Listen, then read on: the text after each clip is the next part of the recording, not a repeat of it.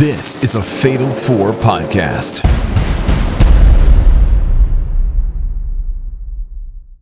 not Mark Briscoe's time. But Ron is going to try to put him away. Riccaboni. Oh, didn't get all of it.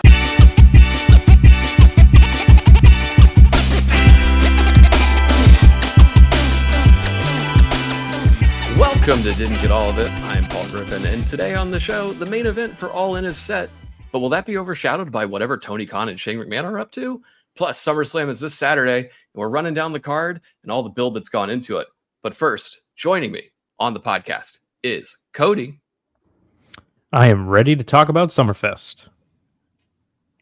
Also here, Pro Wrestling Noah.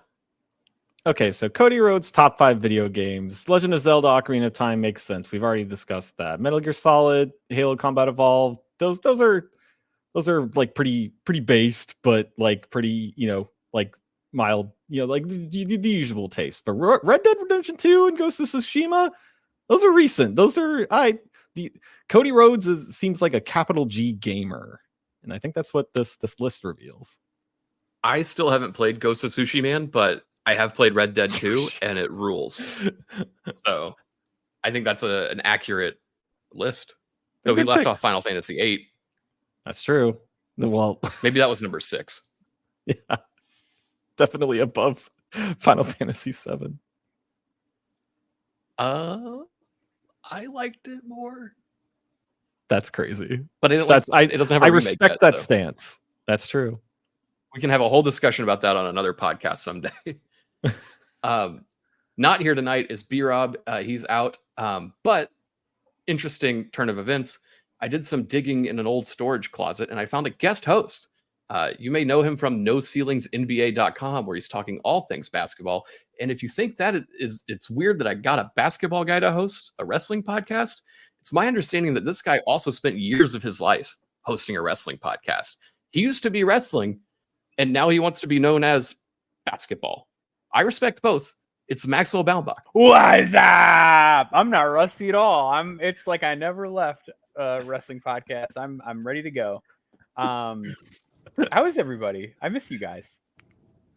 Good. Miss us from what? This is the only podcast we've ever done. That's true. This is the only wrestling podcast that there is.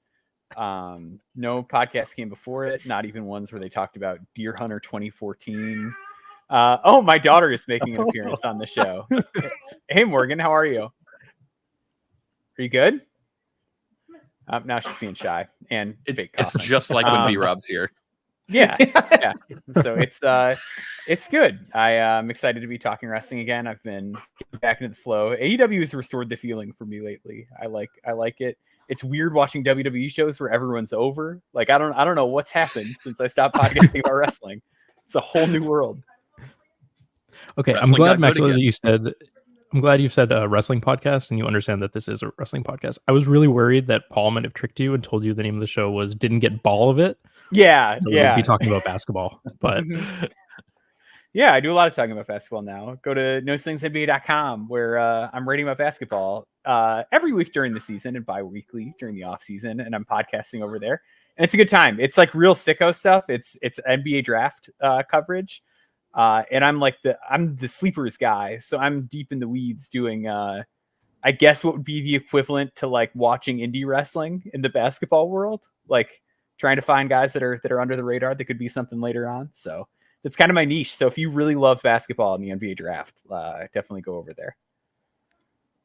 Well, I might be when you're done going to fatal4pod.com, that's fatal FOUR to get all the stuff about our show. You can go to NoCeilingsNBA.com. That's NoCeilingsNBA.com to get all the basketball stuff. That's right. People love going to websites. It's so People do. back. You know what website I love going to is patreon.com. Yeah, me too. What you could do there. We normally don't plug this stuff at the beginning of the show anymore. But yeah, check out our Patreon at patreon.com/fatal4pod. It's only $3 a month. It's August 1st, August 1 warning. The best time to join Patreon is at the first of the month. You get all sorts of stuff like ad-free episodes. Did you hate those ads that you got when the show started? They're not there on Patreon. It's only $3. You get bonus content. We dropped a off the rails podcast over the weekend where we talked about Deadpool and Wolverine, and then a whole bunch of other crap. I think we went almost 2 hours, which is bonkers. Have you ever get all hosted that. a podcast that long before? A 2-hour podcast? I've never hosted a podcast over 2 hours. You get that. You get bonus pilot episodes of future podcasts coming to the Fatal 4 Pod network. There might be something in the works coming in the next week or so, maybe. I can't tell because I don't know. But yeah, patreon.com/Fatal4Pod. Get all the good stuff for only $3. And of course, the Discord where everybody's hanging out all week. We're all having a good time. We're all talking about wrestling. We're all talking about sports. We're all talking about politics, the thing we all love talking about. Yeah. There's landscaping stuff in there. Yeah, you just joined, so you have a lot to catch up on. I do. I have a lot to catch up on, like in the world in general. Like as soon as you're talking about like Deadpool and whatever, like now that I have a kid, like I was already like probably the worst of the Fatal 4 as far as like movies and television, and I now only am up to date on like Paw Patrol. I mean, that's a rich lore. There's a lot going on in the lore Yeah. this year. They introduced new characters like Digi and Tal, the helper robots. I am a fan of the inclusion of Digi and Tal in the Paw Patrol universe. Some people might think that their characters are a little bit over the top, but I think they're done a multiverse yet? Much needed levity to the show. There is sort of a multiverse because there's Rubble and Co. And then there's Mighty Pups, which our daughter hates. She despises Mighty Pups.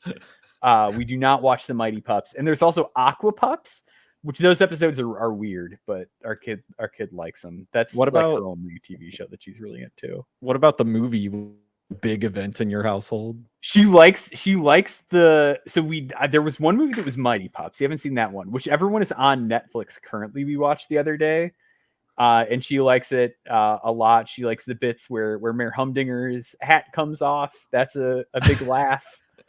So yeah, that's my pop culture talk is basically limited to Paw Patrol. Heck yeah. I just remember last year when it became a talking point because it released the same day as Saw X came out, and everyone was saying it was Saw Patrol that weekend. You're a horror guy, right? Yeah, that's like where I am most of the time in the Discord is talking horror movies. As someone who enjoyed like the first 3-ish Saw movies, would I get any enjoyment out of like 4 through 10? Oh, I would say my wife would disagree, but I would say you could probably just skip most of that. You're probably fine having seen the first 3, and honestly, go watch Saw X. Saw X actually, I think is compared to the rest of the franchise is very good. I would put it right up there with those first 3, and also it really only has continuity wise anything to do with those first 3. Cool. So yeah, you're perfectly fine. Well, there's a character that shows up in a part that you might be like, oh, who's this guy? But hey, don't worry about it. I don't know what kind of podcast you think this is. But we're supposed to talk about wrestling at some point. That's right. Should we We start don't do talking about that? 30-minute intros talking about Noah's favorite snacks and movies that he watched. That would be dumb. We don't do that. When We did talk that about happen? wrestling? I don't know what you're Never talking happened. No one's ever come on camera and said, watch me eat this weird Oreo. It's never happened. I did have Baja Blast Fiery Mango Doritos the other night. Nobody and those were cares. Disgusting. Nobody cares. That said, though, I did have the crumble cheesecake Oreo cookie this week. Wait, from Crumble? Yeah, it's kind of like a cheesecake. That's what it's like looked not like. good. It's What? not You don't like cheesecake? I love cheesecake. I don't think crumble's that good. Oh, that's fine. They had a tres leches once that was actually pretty great. Anyways, welcome to the Noah, Tres Leches podcast. Tell us about some wrestling stuff. Okay. This is why I should never give you the first part of the show. I'll just keep talking about mango spicy Doritos. Yeah. So not a ton happened news-wise this week, but the thing that everyone's talking about is this whole business where apparently Tony Khan and Shane McMahon met this week. We don't really know a ton of details about what abouts, but there is a picture that is like honestly pretty funny of Tony Khan and Shane McMahon Who took this in the photo? conference room, and Tony Khan is like looking at the camera like, what the fuck? I think the weirdest part of the picture is that Shane McMahon has clearly not sat down, and I don't know if he ever did. Because Is that a There's weird like- power move attempt? I think he didn't want to meet this guy. I think he thought he was doing like a Make-A-Wish and didn't want to be there. Because like, look, there's no cup in front of Shane. He's not sitting. He's just standing there, and someone's taking a photo, and he's like, fuck, who's taking this photo? Yeah, so who knows what this could be? Like, do we think that Shane McMahon is going to show up and wrestle somebody? Or is this more of a like behind the scenes kind of thing that's happening? Could he even be interested in anything regarding like a position at the company? Who's to say? I think AEW absolutely should bring him in. Just for the press alone. I mean, of McMahon working for another wrestling promoter for the first time ever, like that's gonna draw eyes. It's interesting. I don't know how long it stays interesting. Right. Be my concern is like if you do this as a one-off or like a per date deal like WWE did with Goldberg. And like, let me be clear, Shane McMahon is no Goldberg. I think it's like good for a surprise pop. And like, I don't know, like, can Shane even like wrestle anymore? Because like he could still do entertaining car crashes. I was an apologist Based on his last split-legged moonsault or split-legged leapfrog. No. Oh, Yeah. I bet they would I don't have him even like know. jump off of the top of Wembley Stadium or something. Yeah, like if he was in like Blood and Guts or whatever, it would have been fine. But I just really don't know what there is for Shane McMahon to do. I don't know enough about his business prowess to know like if there's anything there. But yeah, Well, you remember the Royal Rumble he helped produce that got him fired? Where he booked the himself as worst the Royal final Rumble entrant. ever? Yeah, that is Yeah. true. I forgot about that. I think there's a handful of things that are like, sure, is it interesting that another McMahon could be in another company? Sure. What does he do when he gets there? I assume he forms his own stable of guys and is a manager, which is not good because that ultimately leads to a feud with the Learning Tree and the Don Callis my family. God. And that's unfortunate. I don't think he does any wrestling. And honestly, my gut tells me that nothing comes of this. I just don't think he would do it. I and did maybe see I'm wrong. someone. But I don't Why know. even take the meeting? Like I said, I don't think he knew what he was walking into. I think you take the meeting because Tony Khan has like $80 bajillion. Yeah, Like I do think that there is an amount of money that he would just be like, yeah, of course. So I don't think he seems like a guy that wouldn't take a meeting with someone that has just that amount of money. It does bring me back to my usual thing with AEW though, in terms of bringing people in.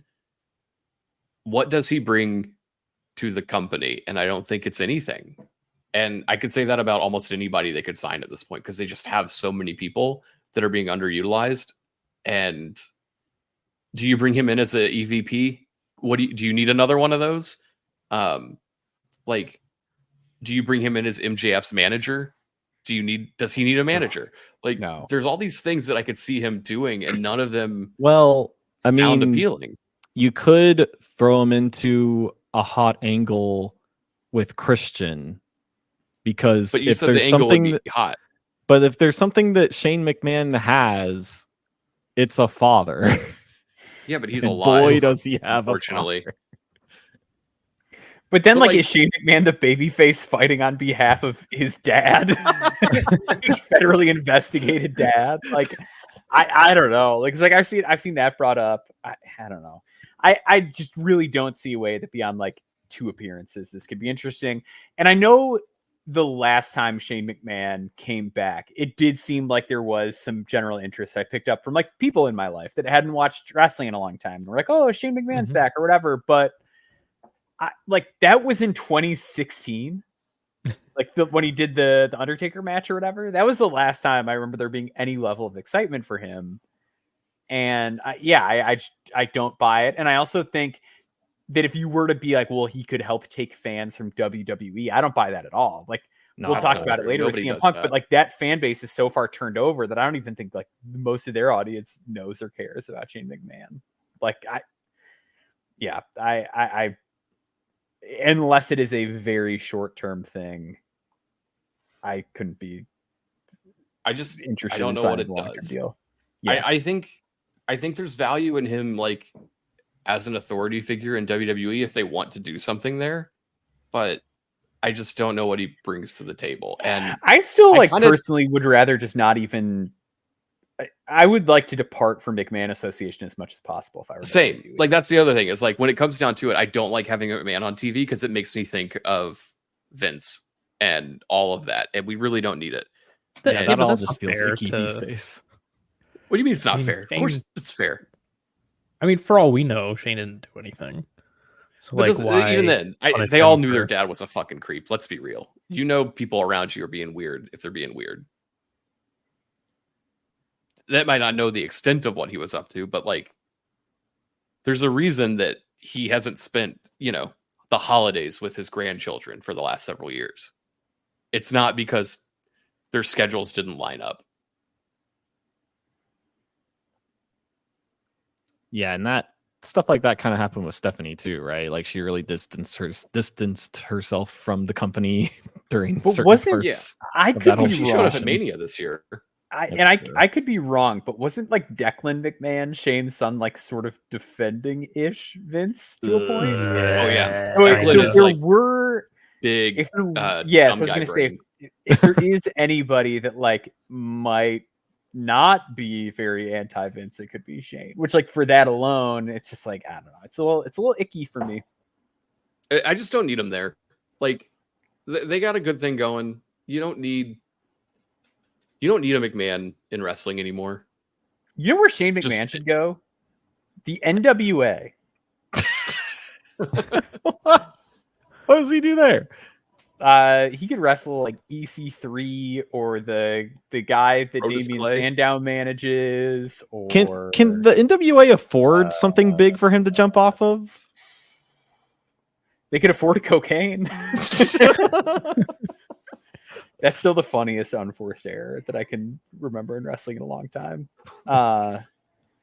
Yeah, he should go to the NWA, which is where you recommend that everyone bad goes. Well, however that turns out, I don't know. Maybe we'll see him at All In. And speaking of All In, I promised my daughter that when she was 7, I would stop wrestling full time. I promised my family that my contract with AEW would be the last wrestling contract I ever signed, and that contract ends tomorrow. But I have not won the AEW World Championship. Yet. That at All In, with my body, with my mind, with my soul, I will go all in.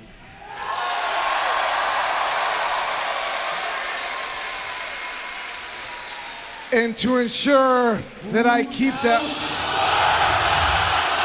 This is not something that you get after 25 years of service. No, this here belt is something that shows you and shows everybody else that beyond a shadow of doubt that you are the best in the world. And I am the best in the world. I'ma also promise you this, that you will not be walking out of All In as champion. Hell, after I'm done with you, you may never walk again. I have one more promise.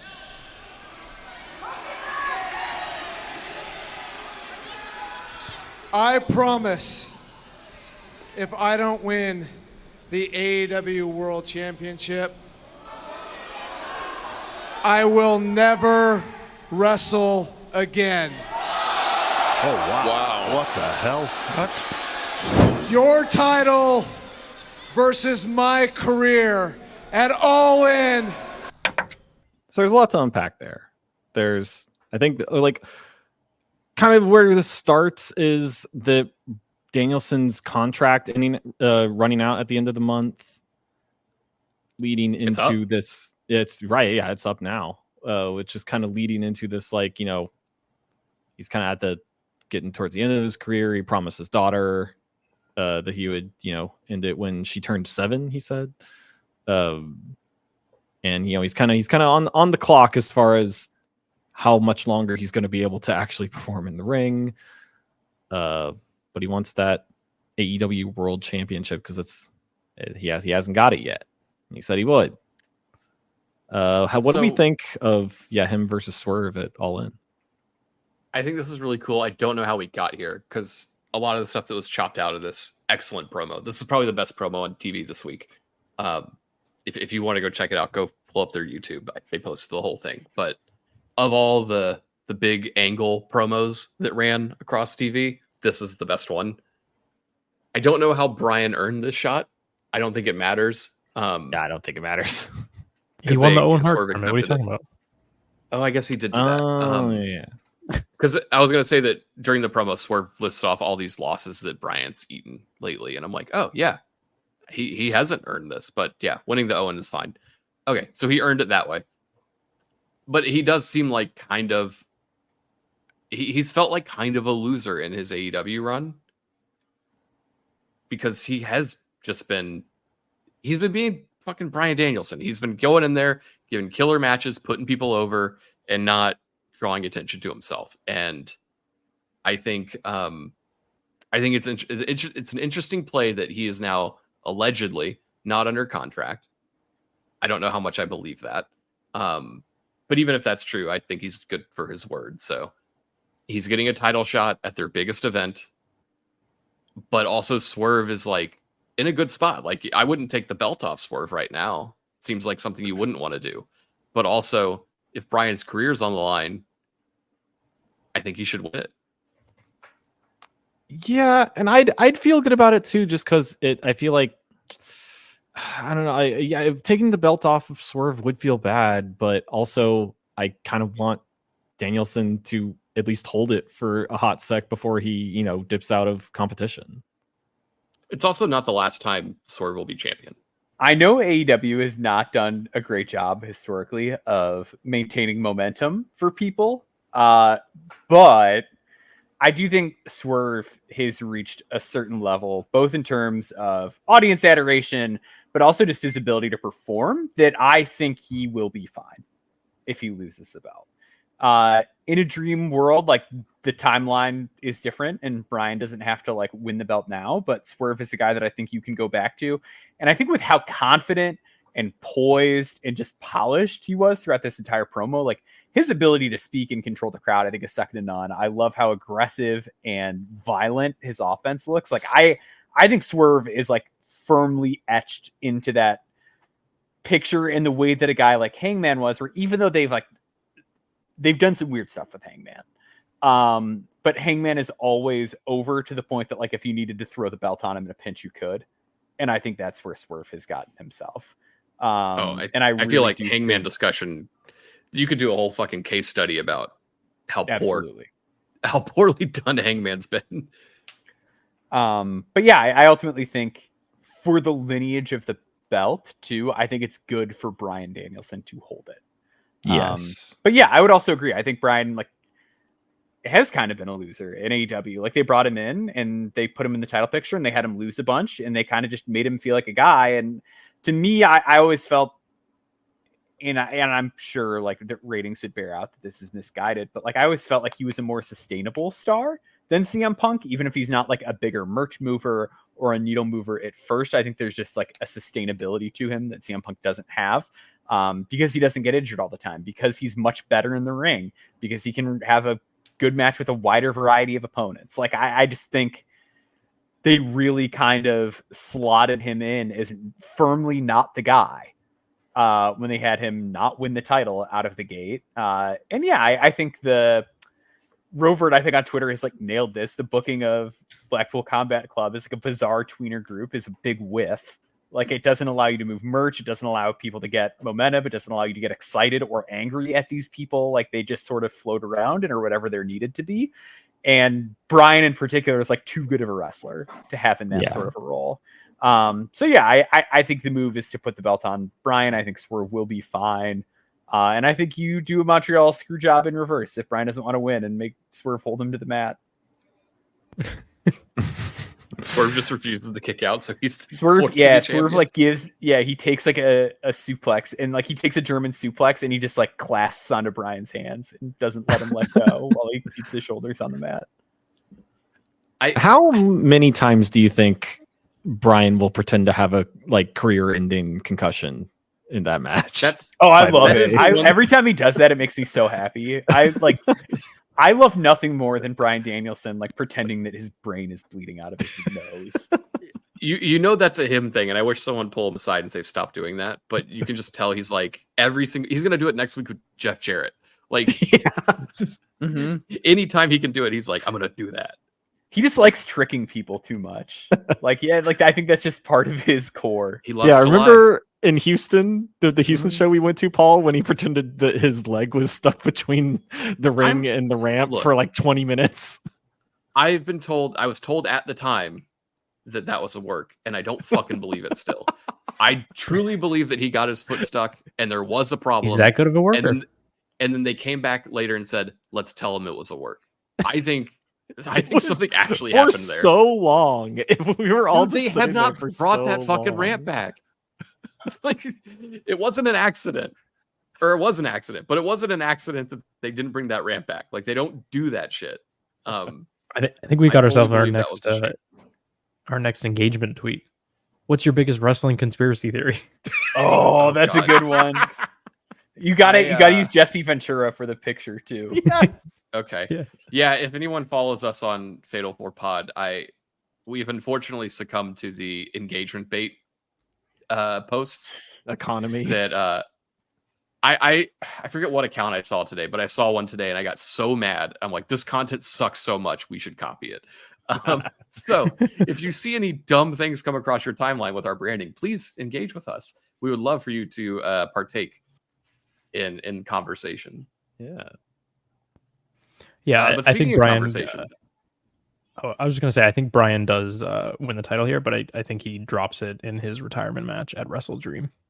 I'm just unbelievably excited for this match, though. By the way, I just want to put. Do you think he loses it to Swerve? Who retires Bryan? Shane McMahon. Oh my god, full circle. Him and Shane were partners at WrestleMania when he came back. Oh no. I think Shane McMahon retires Bryan. It'll be like when they brought Flair in for Sting. They'll bring Shane McMahon in for Bryan. Oh my god. I don't know. Do you have because he still kind of has ties to Blackpool Combat Club, do you have them have like a match with Moxley? What does that do? I don't know if that makes sense. Does Moxley even want to be there? He wants to be. I mean, he also wants to hang out with this kid. I don't know. The Blackpool Combat Club, again, we should do a whole separate show that's just dissecting. That can be the third segment for an episode. I'm just glad that we're further and further away from people like pretending that Claudio is a main eventer. Oh, I got into it with somebody about how I think it was in our Discord actually, patreon.com/fatal4pod, about how he's booked exactly the same year as he was in WWE. It's not like there's no change. This isn't this guy's underrated, he should be world champion. They treat him exactly the same here. I mean, I think he's the problem with him is he's really good in a way that is like perfectly suited to being an upper mid carder. Well, I think and he's the problem very with much AEW is could- that no one does jobs, so everyone is an upper mid card. I think he very much could be a world champion. If any company wanted to make him world champion, they could do it. He could be no problem. The Ring of Honor world champion. I was about to say, I think he's had more matches there this year, right? After he beats a really tiny Jonathan Gresham, he can walk around with that belt like he did a couple years ago. Oh my god. Hey, speaking of tiny people, I'm going to keep the segment moving. Yeah. Roxanne Tell me Perez about took this. on Thea Hale on NXT this week. I normally hate talking about NXT because it's truly a dreadful program. But this week, they hooked me because they said Joe Hendry was going to be there, but they cut his entrance, which was really insulting. And the main event was Roxanne Perez defending the title against Thea Hale. And I thought it was interesting because I thought Roxanne was probably getting called up at WrestleMania because they even had her on that Raw. We all thought that, yeah. And then they decided not to. So Which is this weird. seemed like one of those matches where they could have passed the title. And they didn't. She beat Thea Hale, who is immensely annoying. But this match was really fucking good. I think that's the thing about Thea Hale, is that I think she's really good. Is her like character still annoying? Sure. But I think she's like pretty good at wrestling. There was a couple of things I observed watching NXT this week. And my big takeaway was that I think this last hour was purely devoted to the women's programs. And because they have so many women on this program, which is great. Fine. There is nobody in NXT that feels like any of the 4 horsewomen, except for maybe Roxanne. The rest all feel like just random people. What about Solarica? No, not her. She does not have it at all. I'm sorry. Like, she does cool flip. That's it. She does cool flip. I was talking in the Discord about there was a 6-woman tag, and it was whoever was in there, but it was like Sol Ruka was in there, but it's like Fallon Henley and Carmen Petrovic. Carmen has it, and they're not focusing on her at all. And Fallon seems like someone who can do stuff, but the rest of them all just kind of feel like players in the game. They're just the next person who gets called up and does nothing on the main roster. Like, they've already look at the people they called up this year, if you can find them. Like, they're just not there. But Roxanne is the only one that feels like this person is going to do something someday. Nobody else in this company feels that way, or at least in this brand feels that way as far as the women go. And I don't know if that's necessarily a bad thing, because when the 4 horsewomen came up, it was very much a women's revolution branding of, hey, look, some of us can wrestle really good. And that was the thing. All of them could wrestle really good, but they only got one segment because they were the only ones who could wrestle good. But now they've fleshed it out where all of the women wrestlers are equal, which is good. That's what we want. Yeah, but like there's idea, some like, episodes of TV across all the brands where sometimes there's more matches of women's wrestling than there is men's wrestling. Right. And that's my point is, like, plenty of the men's wrestling sucks. And now it's fair and square. Some of the women's wrestling is also just fine. Like, they went from being, we're not featured enough, to we are actually better than everybody on this show, to some of us are better than everyone on this show, but also some of us are very okay. And we're all here, and we are all part of the show. And I guess that's good, but it really does feel like NXT is just kind of in its own little rut. And I don't know how they get out of it. I don't feel like Roxanne's the only one to like tune in for until Cora Jade comes back. And even then, like, they should just bring her back on the main roster. Yeah. I don't know. I feel like NXT as a whole, I feel like since this kind of, this new era of WWE that we're in now, I feel like it could really stand to have just like a from the ground up reboot, in the same way that they did, what was that, 2021, when they did that hard reboot from the Triple H aesthetics to their new colorful aesthetic. I feel like they could use time for reboot. NXT 3.0. Yeah. What colors are you going with this time, folks? Are we gonna go purple and green? Are we gonna do? Oh, that'd be cool. I gotta assume that with the rights changing and all the networks changing, that there probably is some pretty heavy shifts in tone and branding. It'll be really hilarious if the CW doesn't bleep out "holy shit" and "you fucked up." But like with Raw going to Netflix, they're gonna get a new logo and stuff, I'm sure. SmackDown going to USA is probably gonna get a shift.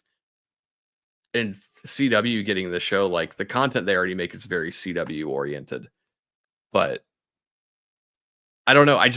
It seems really weird that like the stuff that they're focusing on is just being, what's her name? JC Jane.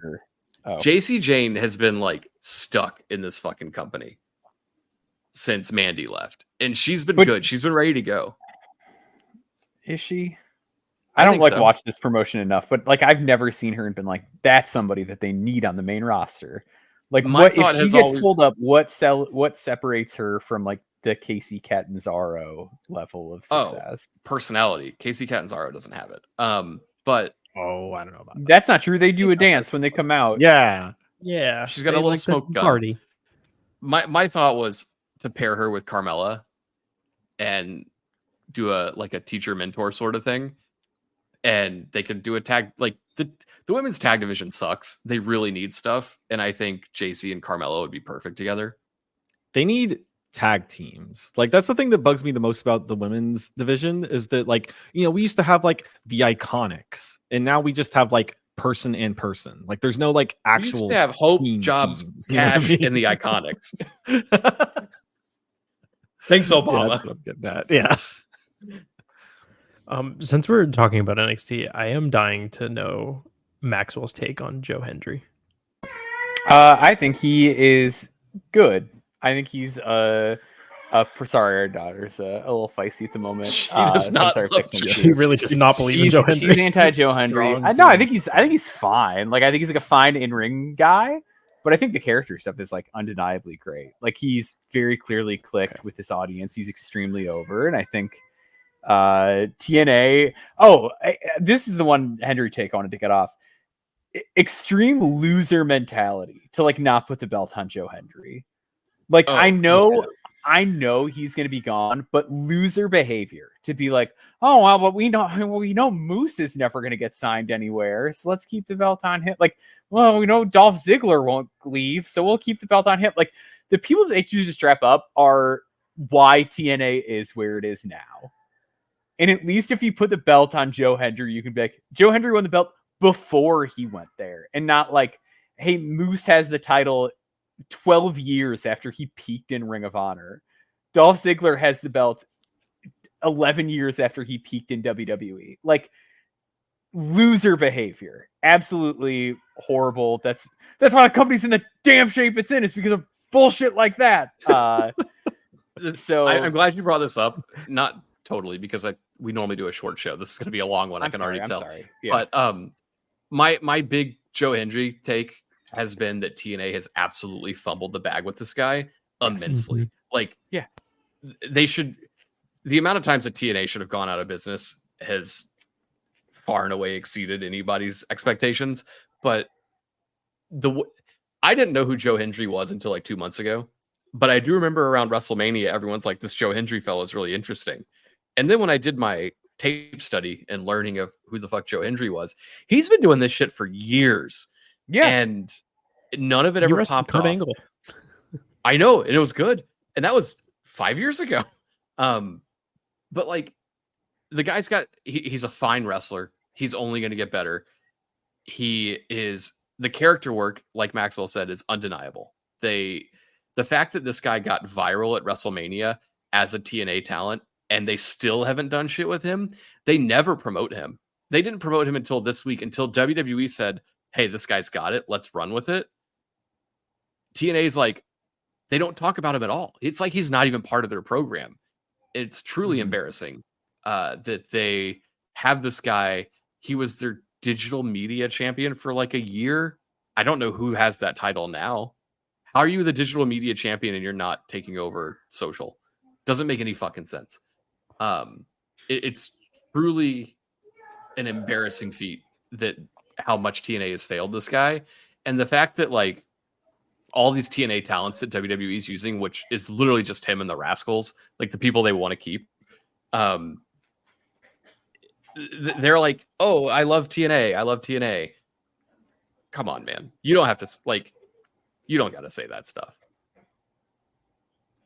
The big story this week was that Joe Hendry, they worked a deal out with TNA and WWE where he's able to train all the time at the Performance Center. Oh, at the Performance, yeah.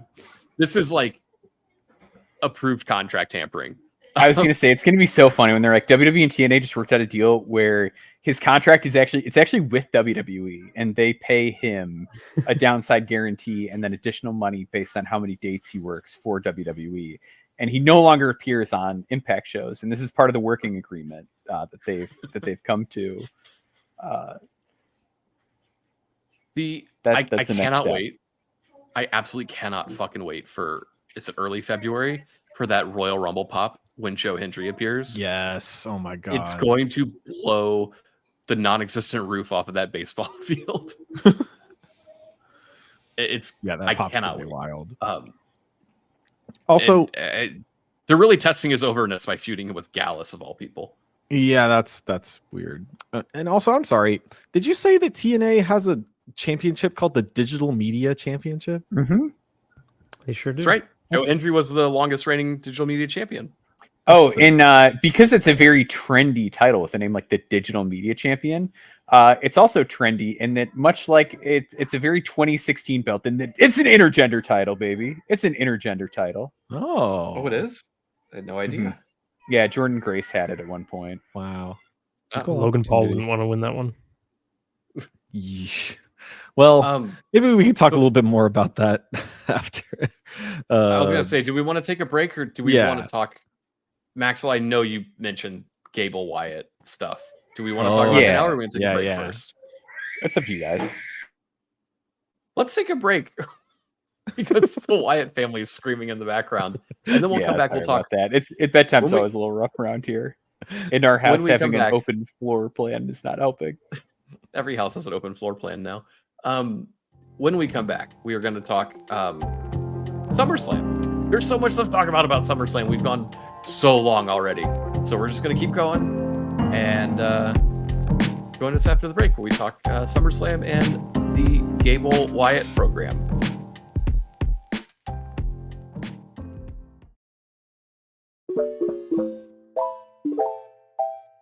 If you're anything like me, you're enjoying this show called Didn't Get All of It. But what if I told you there was another show called Didn't Get All of It, but it's catered specifically to Japanese professional wrestling? Where we're covering New Japan's G1 tournament, big news in the world of Stardom, Pro Wrestling Noah's excursions to the West, and anything important from Japanese pro wrestling. We'll call us Triple H going out west because we're expanding. Find us on Apple Podcasts, Spotify, or wherever you get your podcasts.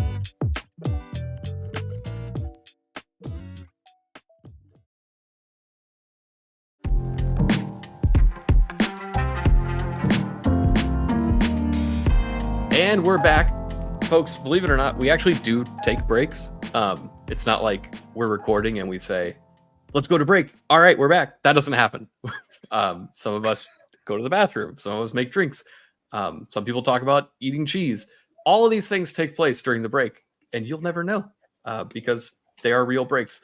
But before we get into SummerSlam talk, because there's a lot to talk about with SummerSlam, Maxwell, we kept this on the docket just for you. Yeah.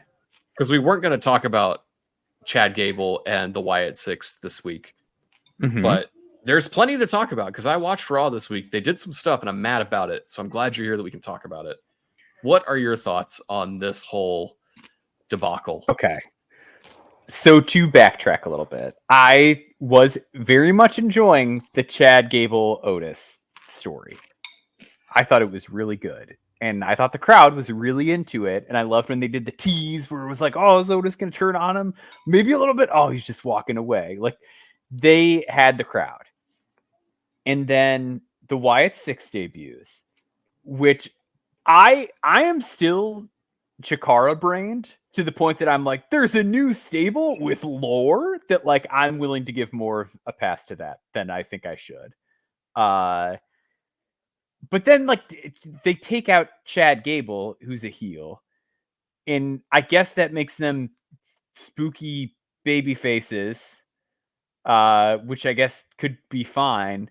But now it's like derailed the Chad Gable Otis thing, and now Chad Gable, like they paid off the whole thing where he's talking to the Creed brothers backstage, which like who cares? And now that's a faction, and now they're heels feuding, and like Otis is just like shoved to the side, and Otis is losing to the worst double back suplex off the second rope in the history of all of mankind. This stinks. Like this, I know that the crowd likes the Wyatt Six. Even in that like brief, they're in the ring, like the fact that like the Uranagis they did looked sloppy. I worry about how sustainable they are as an act. I don't know how tenable they are as baby faces, and I think that you have a roster full of people, and like right now you're involving Xavier Woods in a feud trying to fruitlessly get over Karrion Kross. Like I feel like if you'd gone after Xavier Woods, who previously had a feud with the Wyatt family, like there's some history that you can go back to there. I think it would have been a lot more impactful than like they keep taking out the dastardly heel and their baby faces. It just stinks. I don't like it. I can't agree more. I think what bugs me about it is we talked about it before on this podcast, but like the follow-up to the huge debut has been a complete dud. And now this week it's just revealed they're under Raw contract. Like they murdered the whole backstage crew and you signed them to your program. That seems like a bad business decision, but regardless, they don't do that anymore. And then this week they all revealed that everybody except Nikki Cross is just Joe Gacy, Dexter Lumis, Eric Rowan, and Bo Dallas. And then Nikki Cross is that creepy thing. Like they haven't even established that that's just Nikki Cross. It's clearly Nikki Cross. They're not even like hiding her identity. And then they come out, they take their masks off, and they do a bunch of dumb moves. But they haven't explained like why they're doing anything. The tape they played this week made no fucking sense.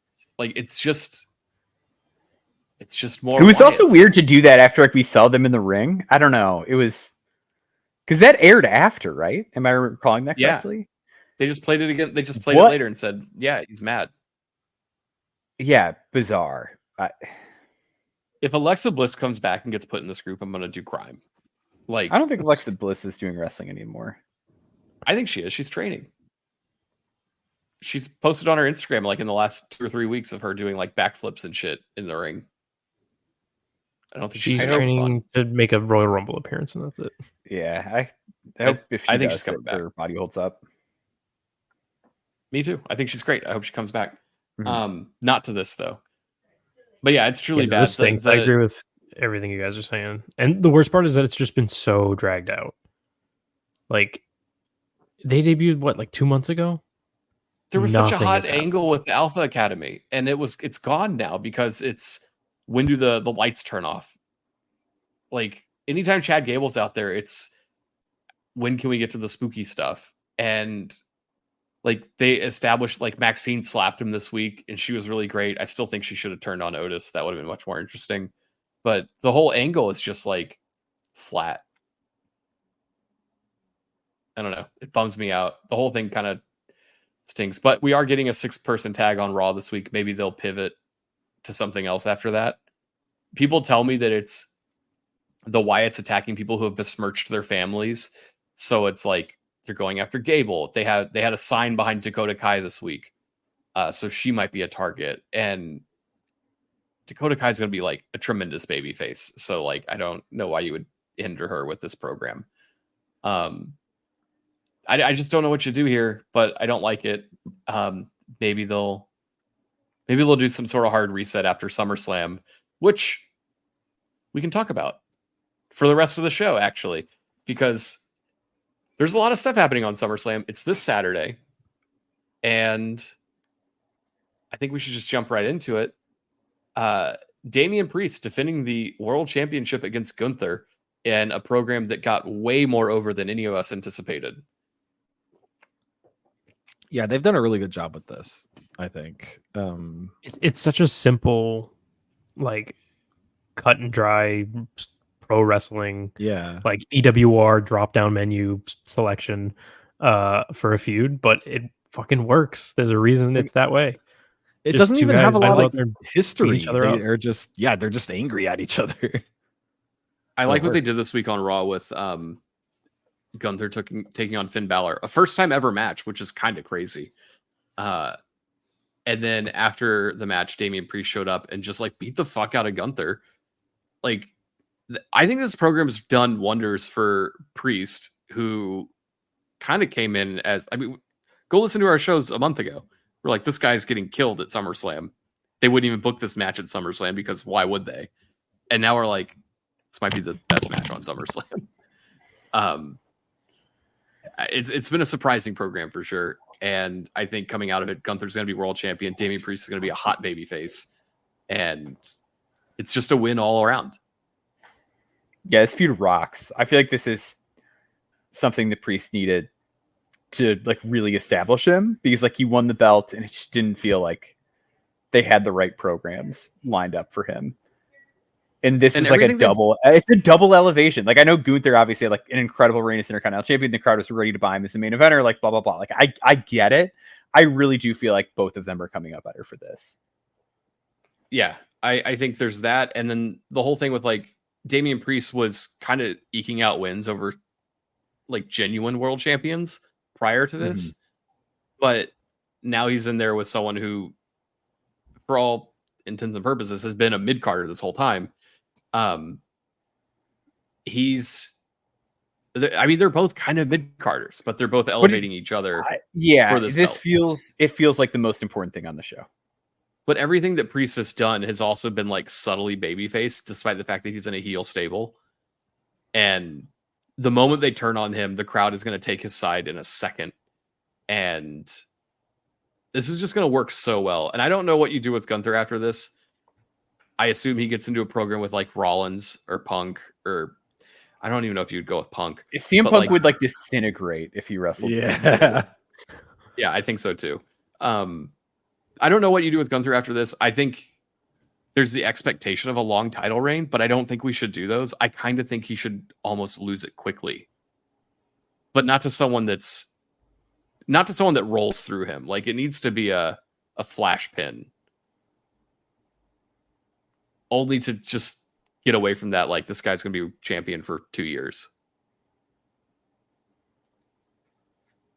But I guess we can talk about that, next week when we figure out what's happening. He might not even win at SummerSlam. No, I'm pretty sure he's winning. I think that would be a horrible call. He absolutely has to win. Speaking of things on SummerSlam, Bayley is defending the women's championship against Nia Jax, the Queen of the Ring. Anybody want to talk about this program? Because no. Look, anybody who's listened to this podcast knows we don't talk a lot about SmackDown. Not a lot happens on SmackDown. This program has been a total dud. I don't know what's going on that program. I watch it every week, and it's like that's kind of where I'm coming weird. from too. Like I still check in on. I'm not watching it every single week, but I still watch it, and I had no idea this angle was going on. It feels like it's a program where overness goes to die. Like the whole show is riding on Cody Rhodes just being there, and even he doesn't feel that important anymore. And Bayley was like white hot at WrestleMania, and now she's just on the show. But the whole program really is revolving around Tiffany and her briefcase. Nia Jax. No, Nia Jax called her BBL Bayley. Remember that got a lot of heat. Yeah, people loved that. People said, "Wow, this is the Drake versus Kendrick Lamar of pro wrestling right now." I hope Bayley wins just because there's nothing here. Like, I don't think Nia needs the title. I don't know what she does with the title. Or maybe Tiffany wins. Like, do that. Get the briefcases out of there quick this year. Oh, yeah. I expect the match will be fine. Like, Nia's been able to show up when she needs to, and Bailey is, one of the best they have. I'm sure that will be fine. But speaking of things that aren't fine, how would you guys like to discuss Logan Paul and LA Knight?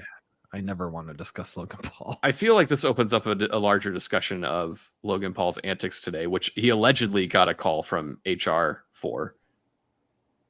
Yeah, smoke his ass. If you've been online, Logan Paul was spreading misinformation about an Olympian. And I don't even know how to talk about this properly because I was reading about it and I'm like, I don't understand why this is a thing.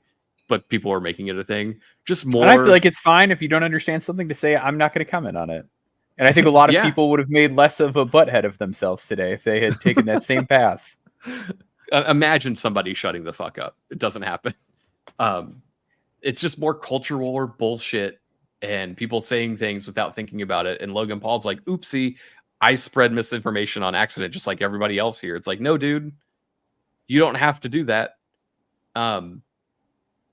I mean, he's defending the U.S. title against LA Knight, who I also think has just completely suffered by being on SmackDown.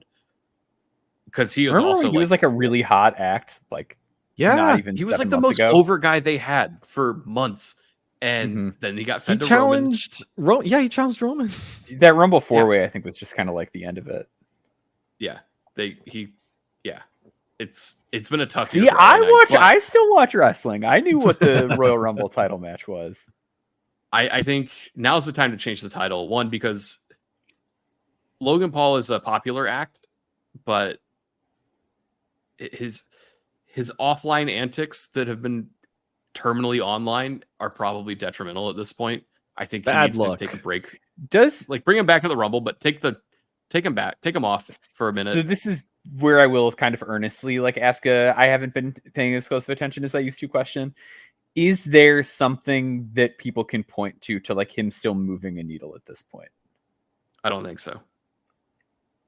Because it does feel like the kids my days of seeing Logan Paul, but even Prime is I feel like I saw a thing where they've actually started to fall off.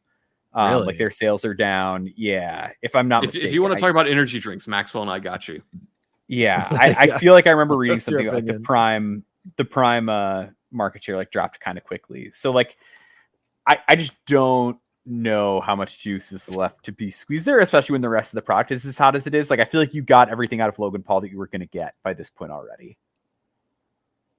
Yeah, how much better is he going to get, honestly? I think as a performer, he's extremely good, and I think he's really good. He has legitimate disco moves. Yeah, I think he needs to be pulled to the side, and they need to have a discussion. Do you want to be here, and do you want to play by the rules? And some of that involves not speaking out against. It's not even speaking out against trans people. This person's not even trans, but shut the fuck up online is what they need to tell him. Using a random event is an opportunity to talk about trans people. Don't have Donald Trump on your podcast. Those sorts of things are probably not things do you think WWE is excited that Donald Trump was pictured with the United States Championship? Probably. I'm sure there were some people there that thought it was cool, but from a business perspective, yeah, I'm sure the people in the PR department were really pulling their collars over that. Chris LeGentle today was on Richard Deitch's sports media podcast and was saying we actively do not want to be a political product. Yeah, we want to be an escape, which I think is the right route to take in 2024. Everyone is, it is a very polarized time and whatever. And I know that's tacky. People get mad when you say that, but it's true. And I do think they should position themselves in a way that is probably just avoid all of it. Don't insert yourself in the culture war if you don't need to. Right. And Logan Paul specifically does that. I think it's time to change the title here. LA Knight needs it desperately if you want to keep his popularity at all. And there's nothing Logan Paul can just go away for a minute and bring him back later if you want. Ain't nothing more USA than LA. They should do that.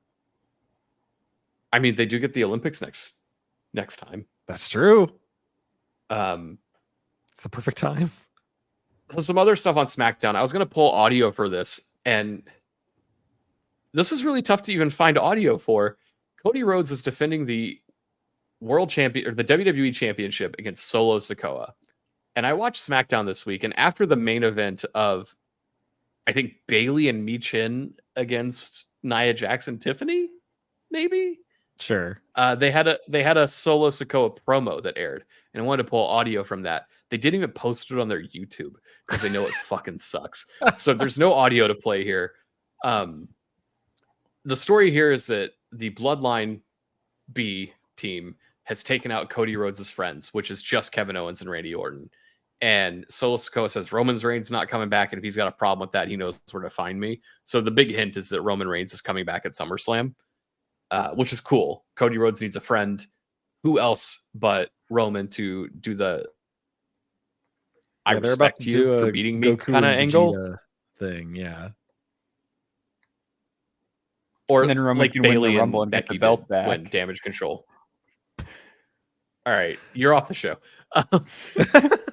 Bad takes. That's where we're going. That's where we're going. But I don't know what they're doing here, but the idea that Solo Sikoa should even stand across from Cody Rhodes in the ring is silly to me. Yeah, like this was like a nothing Raw match leading up to WrestleMania where Cody made short work of Solo, and now I'm supposed to buy this as the main event of SummerSlam. Yeah. Well, because why Solo wears a glove now? He wears a glove. He dresses like the Weeknd, and he has his own friends. Yeah. They drive in the car with his friends on that poster. He's different than the other ones because not only does he do big kick, big splash, and big drop, he also does big spike. He does big thumb. Yeah, big thumb, big thumb to the neck. It's going to be really depressing because somehow they managed to make this also like every other Bloodline match that ever happened, where it's get to the angle, because they've talked about Roman showing up a bunch now. That no one believes for a second Solo Sikoa can beat Cody Rhodes for the title, nor should he. So the whole thing is going to be 20 minutes of heatless offense from Solo, and then eventually a Roman return. That's my problem with these Bloodline matches, is the need for them to be that long. Like, just get to the point. Just so overbooked. We know. Just get to the point. If it were me, I would book this just like the last time you booked Cody versus Solo. That was the night that they debuted Jacob Fatu. He killed him in 3 minutes. Like, Cody Rhodes just steamrolled his ass. And if it were me, I would do that again at SummerSlam, and then everybody beats up Cody, and then Roman shows up. Like, give Cody the night off, essentially. Get the to what entrance people in, want, which is Roman. Yeah. And then he kills him with the triple crossroads to make him look strong, even though he doesn't need it. And then get Roman out there to beat everybody up. Do we get a Paul Heyman return, too, at the same time? I think so. I think so, too. I feel like, especially, what happened to him after, at the end of that episode of SmackDown where they killed him with a table. I feel like Heyman comes out first.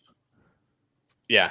And maybe like, introduces a chair or tries to like get involved somehow or teases like something, and then Roman comes out.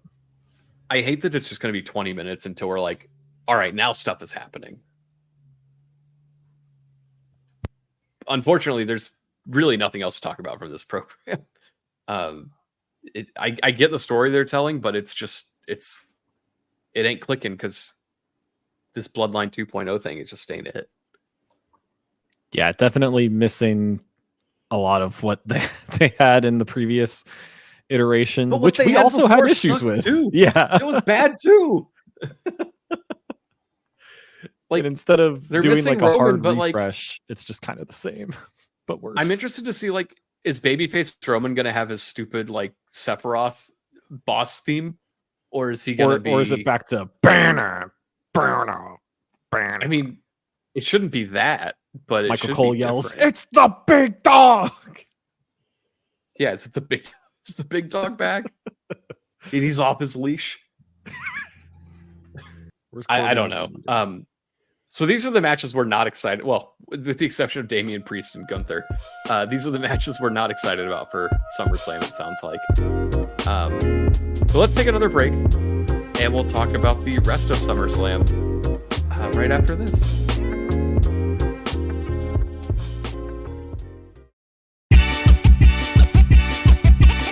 Do you want more from Fatal 4? Well, you should join our Patreon for only $3 a month and get ad-free episodes and full access to our Discord. You can talk the latest movies and games and sports with one of my favorite ever online communities. Also get exclusive access to pilot episodes for future Fatal 4 podcasts. And not only all of that, but you get the peace of mind of knowing that you are supporting independent wrestling media. So what are you waiting for? Head to patreon.com/Fatal4Pod. That's Fatal FOUR Pod.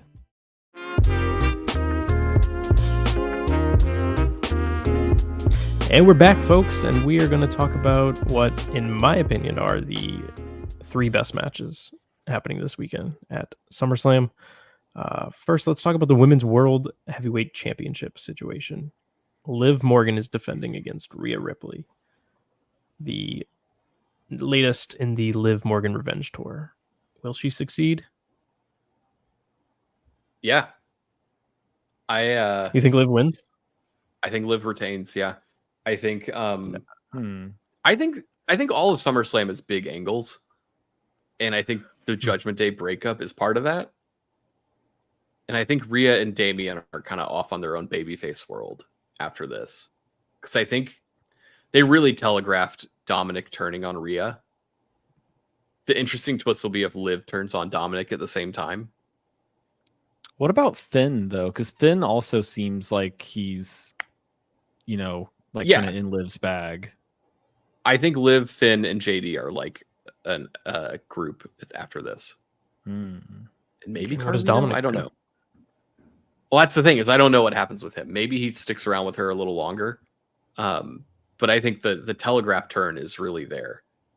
And Liv she's doing too much good stuff right now to lose. And there's nobody else to challenge her. So this feud has to continue after this. I think it's not Zelina. They broke her arm this week. So Zelina's not next in line. There's no other baby faces on the Raw roster unless you bring Becky back, who I don't think is coming back, and I don't know where she fits in either right now. I think Rhea just plows right through her. I think we get a really short match. So too. Is interesting. Why do you think that? Because Rhea is their most popular women's star by a mile, and I don't think Liv has the juice. I know she's got real diehard fans. I just never connected with this character. I don't need a chase. Sometimes the story is good guy beats up bad guy, and I think that's all the story that's needed here. I don't know. It's weird to me. I look at the WWE women's division on paper, and I feel like there's so much talent and so many interesting characters and performers. And then I watch the shows, and I'm just why don't they have the belts? I don't know. And Liv is the epitome of that for me. I feel like I've seen so many Liv Morgan promos where she's crying, and that's fine. That's just her makeup. She has a little tear under her eye. It's not real. There can be a time and place for crying in a promo, but I feel like it's just very overused with her. As someone who casually keeps up with the WWE product at this point, I feel like I've seen her crying in a promo so many times. But yeah, I've just never really bought her as a main eventer. I don't think she's as good in the ring as somebody like Bianca. I don't think she has that same kind of presence. If you were to stack up her, Bianca, and Rhea, there is an ocean between where Rhea and Bianca are in every facet of the game and where Liv Morgan is. Looks professional wrestling, look, believability, in-ring performance, promo, she's not close to them. And I think I think that there's a place for hey, sometimes you can't have all the stars feud with each other all the time. But I think it would feel illegitimate for Liv to win. Here's an analogy. Rhea and Bianca are Austin and Rock, and Liv is Triple H. Liv is Al Snow. That's insane. I've never thought about Al Snow the way that I think about Liv. Well, I do think about Head. I'm sure you've thought about Head. Jeez. Grow up. Yeah, I Come just on. don't... What does everybody want? She says, "Watch me." Yeah, come on. Yeah, I just don't see it with her at all, and I don't think really that's know an what else you absurdity. do with her at this point. I don't know. Like, to me, Liv That's is why I like think she wins. the biggest I don't get it performer in all of WWE. That's wild. I think you were so off base with that. I hope she. That's fine. I hope she convinces you on Saturday. I will watch her. Are you and watching see if SummerSlam? she's good. Yeah, I'll watch SummerSlam. Okay. Probably not live, but Oh. I'll watch like what people say is good. Okay. I do think she delivers when it's time. I thought the stuff she did with Becky was really good. And I thought the stuff she did in the Rumble was really good. Like, there's been several battle royals that she's gotten to shine and come up short. She hasn't had to do a ton of work in this program because, like I said, who else is there for her to work with? Like, it's just waiting for Rhea. And I think she beats Rhea here to prolong the feud while they got to cook up somebody. How does she coming win? there. Dominic turns Okay. on Rhea. I will say to Liv's credit, I think this is the hottest she has ever been. Like, this is the most momentum she's ever had. And I think if you do that, there is a chance that she could become more transcendent and get into that upper echelon character work-wise. I think I'm open to it. I'm open to the idea of it. I just think on her merits, she is very far behind the top stars right now. But like, Bianca's not even treated as a top star, which is befuddling. Crazy. It's like the OG Bianca guy. I'm disgusted. That's like I said Bianca about SmackDown. Belair Like, it just seems where overness goes to die. Yeah, Bianca Belair should be such a big star that she's not even doing professional wrestling anymore at this stage. Like, that is where Bianca should they hired, be, and none of that is Did her you know fault. that Jade Cargill works in this company? Like, the stuff that is happening. I'm a little on over on Jade. Look, we know she's not. Jade's a a great star. wrestler, Like, she's a star, but she has presence that is Yes. undeniable. Yeah. And it's just crazy to me that all these people are on SmackDown, and the show that SmackDown is on a weekly basis is so painful to watch. Like, it I know it's only a 2-hour show. It's going to be 3 when it moves to USA. Like, let's not pretend, but it is truly boring as fuck. And those 2 hours feel like 4. It's really, really weird what's going on in that program. They need to hire like a whole new class of writers. Like, the fact that Bianca and Jade are just people who lost the tag titles to the Scottish girls, that's crazy. And now they just hang out backstage sometimes. I think they're beating them this week, though. I think they're getting the belts back. Yeah, I mean, I hope so.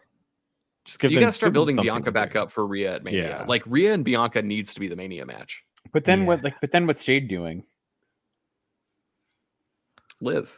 I don't know. It bums me out that like the women's tag division is so bad because like I do feel like Jade and Bianca like kind of bring out the best in each other in a lot of ways. Yeah. They're great.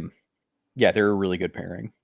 And like they have like real chemistry too. Like they seem like they're actually friends, which is good. You could feud with Carmella and JC Jane.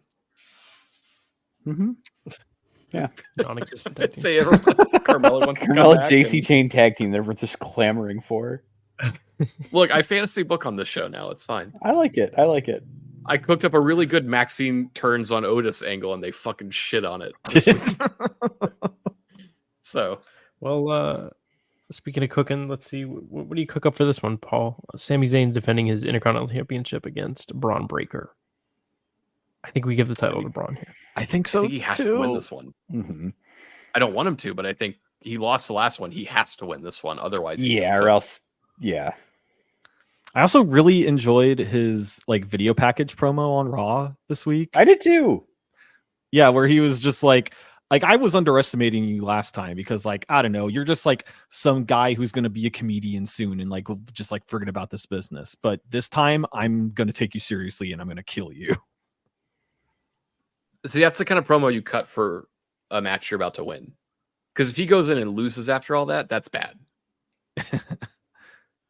I think he has to win. I assume you pivot off to a Ilya program after that. And I think that's like, you can trade the title between those guys as much as you want. I don't think, I really want to avoid long title reigns after the Roman stuff. Like, there needs to be a hard stop on championship reigns. Unless you're like, even Cody Rhodes, like, I don't think Cody should lose it until, I actually don't think he should lose it. He's the only guy I think should be champion for a long time, especially if he's facing The Rock at WrestleMania or something. But like, you need a hard stop on title reigns. Like, it needs 7 months max for most people. Can we talk about the Rock lawsuit for like 2 seconds? Ooh. Yes. It's so funny. Everything about this is so funny. So the Rock's terrible football league is being sued by the Army because they did like a social media sponsorship and were like a presenting sponsor of the UFL or whatever it's called. And I guess they didn't actually make all the posts that they were supposed to, and the league stunk, so nobody watched, and then nobody joined the Army. And they're saying that The Rock actually cost them 38 military recruits. So now The Rock owes the Army $11 million. That's one. He's got it. He can pay it. My favorite thing about this is, so we need to hit the time travel button real quick. Do you guys remember when the last Ant-Man movie came out? Not you, Maxwell. That's fine. I remember Jonathan Majors. You might have heard of him. Yeah. The day that, didn't he do something really bad? I feel like I only know him because he did something bad, and I don't know what. I just know he's a bad guy. So he was supposed to be the next big villain in all the Marvel movies, like the next Thanos. You know who Thanos is. He was supposed to be the next big bad, and they had been building him up because his character was this guy. There's multiple versions of him across various existences. So some of them are goobers, some of them are tough guys. Doesn't matter. But he played this guy, and he's really good. He's a tremendous actor. The day that Ant-Man came out in the theaters was also the day that he got busted for beating the shit out of his girlfriend in Chelsea, in New York. Which I think we've talked about before. If you're going to beat up your girlfriend, don't do it in New York City. But also don't do it at all. Yeah, that's a really good place to start, is to not do that. New York has very, very strict laws about that sort of thing. Try it in the South. I think it's expected here, but don't do it in general. Point is, the day Ant-Man came out, where he was the villain, that news broke. And before Ant-Man, during Maria Menounos's Nuvi segments, they played an ad for the Army featuring Jonathan Majors. And oh my God, that was when I'm like, I started thinking about like military recruitment. I wish B-Rob was here for this because he's our veteran of the pod, but I can't imagine joining the military because like an actor talked me into it. So for them to be like, let's pay The Rock millions of dollars to tell people to join the Army, and the fact that the first time any of us are hearing about it is now, is really, really weird. He probably should give them more money. Like, not only should he pay them back, he should pay them damages. Because the fact that I know everything that The Rock does, you all know what The Rock does. He's got a football league. He's got cheap men's grooming products at Target. Like, he's got a really bad tequila. He's got really shitty energy drinks. I know everything this guy does. I had no idea he had an ad for the U.S. Army. He was a part of the bad football league, though. This honestly sounds like the perfect setup for Thrice in a Lifetime. John Cena. Yes. Veteran. And John Cena should bring out Tony. John Cena with Tony and Sergeant Slaughter versus The Rock. Versus The Rock and like, I don't know, who's the terrorist? Do we have any of those still? Muhammad Hassan? No. He's Italian. That is crazy. All those 9/11 guys just got a plea deal, so maybe The Rock could be managed by the 9/11 guys. I have no idea what you're talking about. This could mean anything. You didn't to see me. that? That was in the news. 9/11 guys. The guys who helped orchestrate 9/11, who've been in Gitmo for the last 20 years, just orchestrated a plea deal to get out of getting the death penalty. Now they have to serve life in prison, but they're also gonna have to like do some boring like courtroom dramas, essentially. So this blew my mind too, because I was watching the news yesterday and I'm like, 9/11 people sentenced. And I'm like, this doesn't make any sense. 9/11 was 1,000 years ago. How are they still around? And sure enough, they're around to manage The Rock at WrestleMania. That's surprising to me.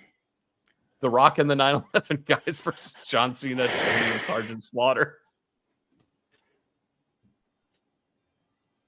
We booked a show. Well, anyway, guys. I think we all think Braun Breaker should win the Intercontinental Championship. That's what I've been saying this whole time.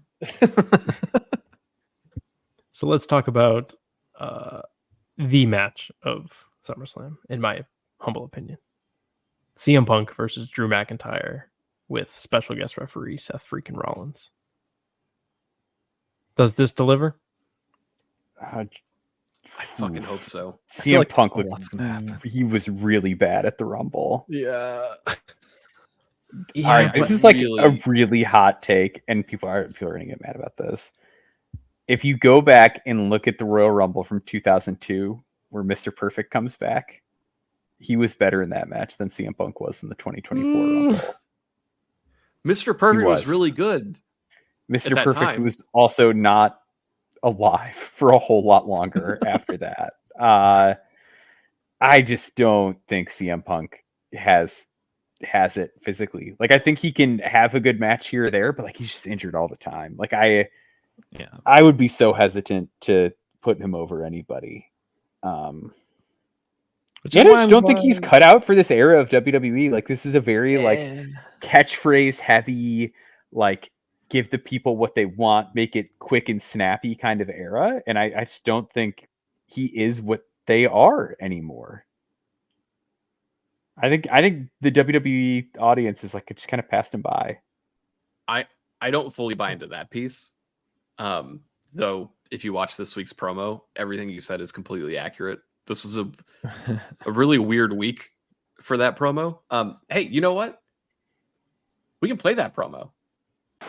You know, Drew, you are an idiot and you said a lot of things wrong in your life. But you are right about one thing. If there is anybody that hates CM Punk as much as you, it's me. And for good reason. The thing you're overlooking, however, is that if there's anybody that hates you as much as CM Punk, it's also me. There is only one rule. There is only one regulation. You two will listen to everything I have to say. I call the shots. I'm the boss. I'm the law. I count to 3 when I want to count to 3. You tap out when I say you can tap out. If there's a count out to be had, maybe there won't be any count outs. I don't know. I might count to 10. I might count to 20. I might count to 1,000,000. Disqualifications? Referee's discretion. The bottom line is, if either of you two get out of line, you got a problem with what I say or my rules or the way they call my match in my ring. I'm not some little referee that you can just push around. No, I'm a spiteful little bastard, and I will put your head in the dirt. That's fine. If you plan on screwing me on Saturday, there's nothing I can do about that. I'll deal with you Saturday. But one thing I don't want you to do, if you hate him, you hate me. I don't want your help at all. I've never needed it. I've never wanted it, and I never want to listen to Punk, I think you're worrying about the wrong person right here. You should be worried about the 6'5", 280-pound man you've screwed over and over again. You screwed me at WrestleMania out of the world title. You screwed me in front of my family in Scotland out of the world title. What do you think's gonna happen on Saturday? Right now, I'm not your enemy. This is me chill. That bell is your enemy because when it rings, I am gonna violently assault you. I hurt you already. I'm gonna blacken both your eyes. I am gonna break your jaw. This isn't a wrestling match. I know you say you hate him, but I know you've got compassion in your soul because he will have to stop that match because I won't stop until your heart does. I'm your enemy, but I'm not your worst. You are. And you're constant dubbing yourself out of position. You're going to do the same thing on Saturday because you're stepping in the ring with the best in the world. I'm not as tall as you. I'm not as big as you. I'm probably not as fast as you, but you know what I got? I got heart. He's got heart, folks. Hey, quick Drew question. Drew McIntyre said he was going to beat him to death, and he's like, I got a heart. Real quick, Paul, when you go to edit this in post, you said that you cut all the bad stuff out of it, but Seth Rollins was still in there. Yeah. I cut out a lot of stuff on this promo. There was a whole point where you could tell they wanted something out of the crowd and the crowd wasn't giving it to him, and Punk just kind of like stared at them for about 20 seconds. Yeah. He's been doing that like 40 seconds. It was a long time. It was a very meandering. It was really promo as a whole. Yeah, it was really weird. I felt like this week was we've done everything that we could. It's time for them to fight. And I really, really hope they can deliver on Saturday because I think the feud deserves a good brawl. But I don't think it's the last time they fight. I think they really are building to Hell in a Cell bad blood between these two. And I think you got to have that. I just hope they're able to get there. Like, I feel like CM Punk's injured all the time, but in reality, like he was fine for a good amount of time during AEW's run. He was slow, but he was fine. And I'm hoping that he doesn't come out this week and like blow his leg out or something. And if he does, Seth Rollins can pull a Snoop Dogg with Shane McMahon and save the day. Mm-hmm. Yeah. I mean, I mentioned that last week that Seth Rollins being the referee here feels like a little bit of a security blanket. And the fact I did appreciate that Rollins like set things up by being like, maybe I won't count. Maybe there won't be disqualifications. Like, obviously the match is going to be full of plunder. And I think that's a way to also protect Punk. I hope that doesn't come to that. Like, I really hope. I assume there's still going to be some shenanigans at the end between. Like, there's got to be a reason to have this match again without Seth as the ref, and maybe he fucks both guys over, and both of them are like, "Get him out of here. We want to beat the hell out of each other." If we ruled out Hell in a Cell being a triple threat, I think so. I don't think that Seth fits in this program at all. Like, I know he's been around, but it's been 7 months of Drew and Punk. Yeah, they need to finish this story before they move on to, because I do eventually want Rollins and Punk to have a one-on-one too. So you think Rollins is next for Punk, and presumably McIntyre goes after the title? Possibly. McIntyre and Gunther is a fucking program. That's what makes the most sense to me. But he'd have to win this match to get there. So maybe Rollins screws Punk. Is that the way to go? I like that I don't know what to do here because I like it. It's a sign of a good thing. Yeah. Yeah. It's like, this is the best program they've done all year. Like, if you're asking me feud of the year and best non-worker, it's CM Punk and this program. Like, Drew's been fantastic here too. Like, I think this is another case of a guy like elevating himself in a program, even though he's like been the guy, but yeah. He feels more like the guy now than he ever did when he was champion. I saw someone float that this is like a loser leaves the show that they're on program at some point. And I do think it makes sense to send Drew off to SmackDown when they shift to USA to get them away from each other. And like, because there's no logical reason for them to coexist on the same TV show. Like, you got to split them up after it's all said and done. But having Drew away from him allows him to like completely stop being the guy who loses and gets screwed and go after somebody. And if it's Cody Rhodes versus Drew McIntyre for the title for in between the Rock and Roman stuff, that seems really good. Yeah. I don't know. Especially I'm excited. I really hope that CM Punk can keep his fucking limbs attached. Yeah. Yeah, that's the ultimate test there, I think. Can he keep it together? I think he will. He's been training hard. He looks like he's in phenomenal shape. I think this will deliver.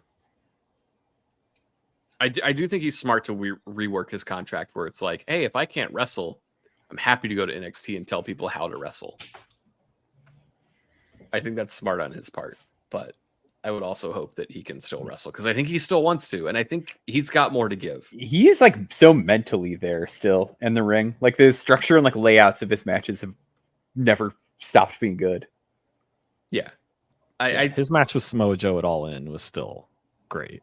That was great. The Darby match was stellar. Like when he very initially came back, like his matches are good. The MJF match, like yeah, he's good. If his body just doesn't fall apart. Yeah.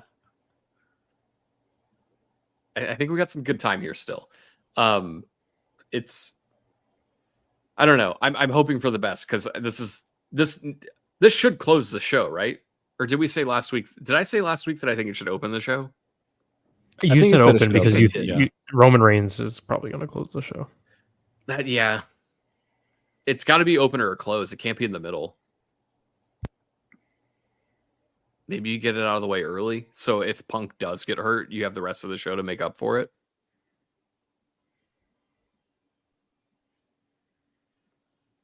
Right? Is that the logic there? I think so. Yeah, that makes sense. Because the rest of the show is going to be good. Like, even the matches we were dreading, like Bayley and Nia will probably be pretty good. Logan Paul and LA Knight will probably be pretty good. Damian Priest and Gunther is going to over-deliver, hopefully. Cody Rhodes and Solo is going to have the fucking shenanigans. Liv Morgan and Rhea is going to have shenanigans, but it'll also probably be a good match. Sammy and Braun Breaker is going to be good. It's just Punk and Drew that's kind of a toss-up. But they have every safety net there possible. I just love that most of these matches are going to be good. I like enjoying being a WWE fan right now. these days. It's really nice. I was reminiscing about my previous year's podcasting and about how everything we talked about fucking sucked. And then there was that tweet that went around in the last week, which I cannot repeat myself, but it was for lack of a better term, this person is nostalgic for the worst time in our life. And it was like someone sharing the SmackDown intro that was Green Day. Yeah. And that went viral. And I'm like, SmackDown, like, I cannot stress how horrendous pro wrestling was from like 2003 to last year. Like, it was so fucking bad. And the people that grew up in the time right after the Attitude Era that are like nostalgic for Hoda and Kathy Lee guest hosting, like there are people that are like, I guarantee you there's some fucking psycho on Twitter who's like, I miss the guest host era. Wouldn't it be cool if Ellen showed up? Like, could you imagine thinking that? Truly the worst time to be a wrestling fan. And I was doing a podcast every week about it. And now it's good. Like, for the most part, even the stuff that sucks, like SmackDown's really fucking boring. The wrestling's good. Mm-hmm. There are people on Twitter. Program is lame, but like it's not bad. It's actually pretty decent. It's just the worst of what's going on, and what's going on is really good right now. It's Yeah. hard to be negative about wrestling because I've lived the last 20 years, and that's negative. The fucking you think La that- Familia, could you fucking imagine giving a shit about Bam Neely? Do you think the core had aura? The Cora. The core having aura?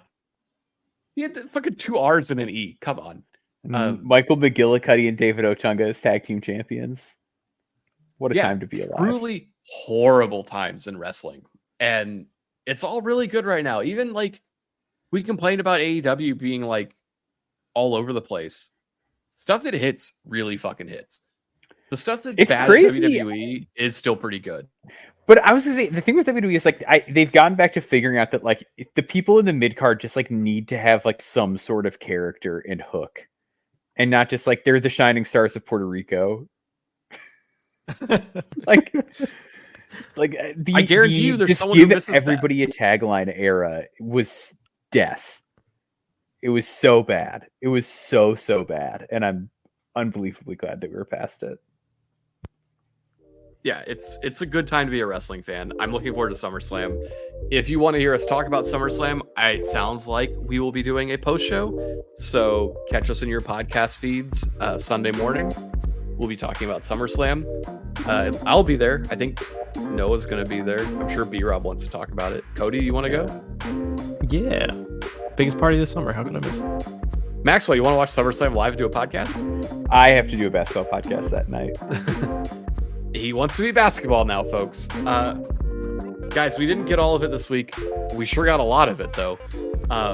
If you liked what you heard, please subscribe to wherever you're listening to this right now. Apple Podcasts, Spotify, whatever other weird thing you use. Check us out on Patreon, patreon.com/fatal4pod. $3 a month. We've talked about this aplenty. But that's it for myself, Cody, Noah, and our special guest host, Maxwell Baumbach from NoCeilingsNBA.com, former wrestling podcaster and current basketball podcaster and talker. That's me. That's been it. That's been it for Didn't Get All of It. Have a great week. We'll talk to you on after SummerSlam. Bye.